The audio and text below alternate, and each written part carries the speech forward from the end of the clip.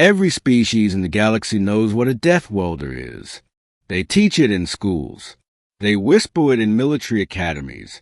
They put it in survival guides under one universal warning. Do not touch a human. But time dulls memory. Generations pass, and legends turn into jokes. That's how an alien commander made the worst mistake of his life and gave the galaxy a 5-second lesson in why Deathworlders are feared. 1. The Council Exhibition. The Galactic Defense Council hosted an annual event to show interspecies cooperation. Every empire sent its elite soldiers to demonstrate tactics, weaponry, and discipline. Humanity was represented by Sergeant Mara Holt, a decorated veteran from the Terran Accord's Deathworld Division, a special forces unit trained on Earth itself, the galaxy's most dangerous habitable planet. To the untrained eye, Myra didn't look dangerous. Compact, calm, smiling even. To anyone who'd studied her record, she was a walking extinction event. The alien commander, General Zarkol of the Creel Dominion, didn't study. 2. The insult. Zarkol had no love for humans. To him, they were unpredictable, emotional, too violent for civilized company. He'd lost soldiers to them during the Iron Rift campaign a decade earlier, and his pride had never healed. When the Terran representative entered the arena for the joint demonstration, he sneered, "Ah, the Deathworld pet arrives. Try not to kill anyone by accident this time, human." Myra smiled politely. "I'll do my best, General." That only enraged him further. The council spectators, hundreds of diplomats, officers, and media from across the galaxy, leaned in, sensing the tension. Zarko stepped closer, his voice low and venomous. "You're lucky the council keeps you on a leash." And then, in full view of every broadcast feed, he slapped her. A sharp, echoing crack. The crowd gasped. Even the translators went silent for a moment. Myra didn't move, didn't blink. She simply exhaled. Free. The 5 seconds. Every camera zoomed in. Every viewer leaned forward. 5 seconds. That's how long it took. Second 1. Myra's pupils contracted. Her neural implant flared to life, connecting her to the local security grid. Second 2. Her body entered combat mode, microdoses of combat stimulants releasing through her bloodstream, heart rate stable, breathing smooth. Second 3. Her right hand flicked, just once. Second 4. The general's head separated from his shoulders with surgical precision, a thin line of red mist following the arc. Second 5. The head hit the floor. The body stayed standing for another heartbeat before collapsing. Silence.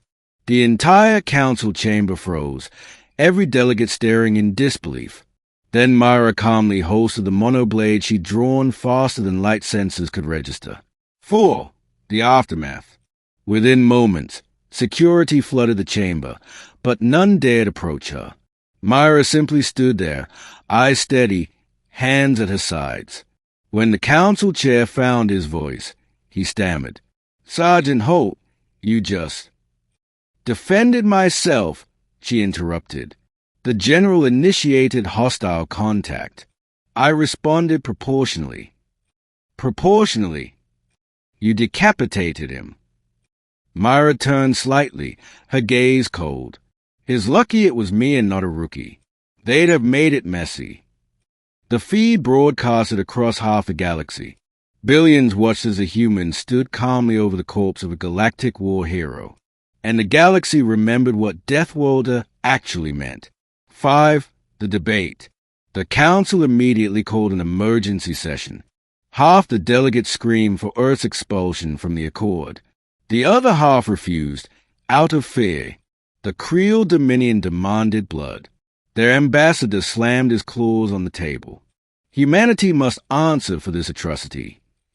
Earth's representative, Ambassador Juno Ray, leaned forward. She was attacked. You've seen the footage. She could have restrained him. She did, Juno replied. He's very restrained now. The chamber erupted in chaos. Finally, the council chair called for silence. The incident was unfortunate, he said carefully, but humanity will provide reparations. No, Juno said flatly. We'll provide a reminder. 6. The reminder. The next day, the Creel fleet mobilized, 400 warships on the border of Terran space. They expected negotiations. Instead, they found every human fleet already waiting, quiet, motionless. Then one human transmission came through. Stand down. I'll be next. The Creel commander hesitated. He'd seen the broadcast, the 5 seconds that had terrified the galaxy. He gave the order to withdraw. 7. The fallout. The Deathworlder incident, as historians would later call it, changed everything. For centuries, species had mocked humans for their volatility. Now they remembered that volatility was simply the visible edge of something deeper, control, honed into lethality. Humans didn't kill because they were angry. They killed because they were efficient. In the following decades, no one dared physically touch a human again. Even casual gestures were done at arm's length. Never touch a Deathworlder became a galactic proverb once more. 8. The interview. Months later, Mara Holt sat down for a rare interview. The reporter, a cautious Avraxi correspondent, asked a question everyone wanted to know. Sergeant, why did you react that way? Was it reflex?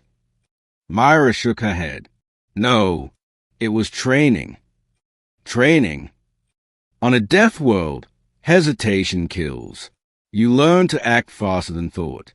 If something hits you, it means it got close enough to be a threat. The reporter swallowed hard. And do you regret it? She looked straight into the camera. No, I regret that he thought he could do it and live. 9. The legacy. Generations later, that 5-second clip still circulates in every military academy across the galaxy. In some, it's shown as a warning. In others, as inspiration. But everyone agrees on one thing. It's the moment the galaxy stopped underestimating humans. 10. Epilogue. The lesson. The plaque outside the council chamber where it happened still stands today. It bears a single Terran phrase, translated into every galactic tongue. Respect is optional. Survival is not. And beneath it, engraved in silver, are 5 simple words that every soldier knows by heart. 5 seconds. One mistake. Remember,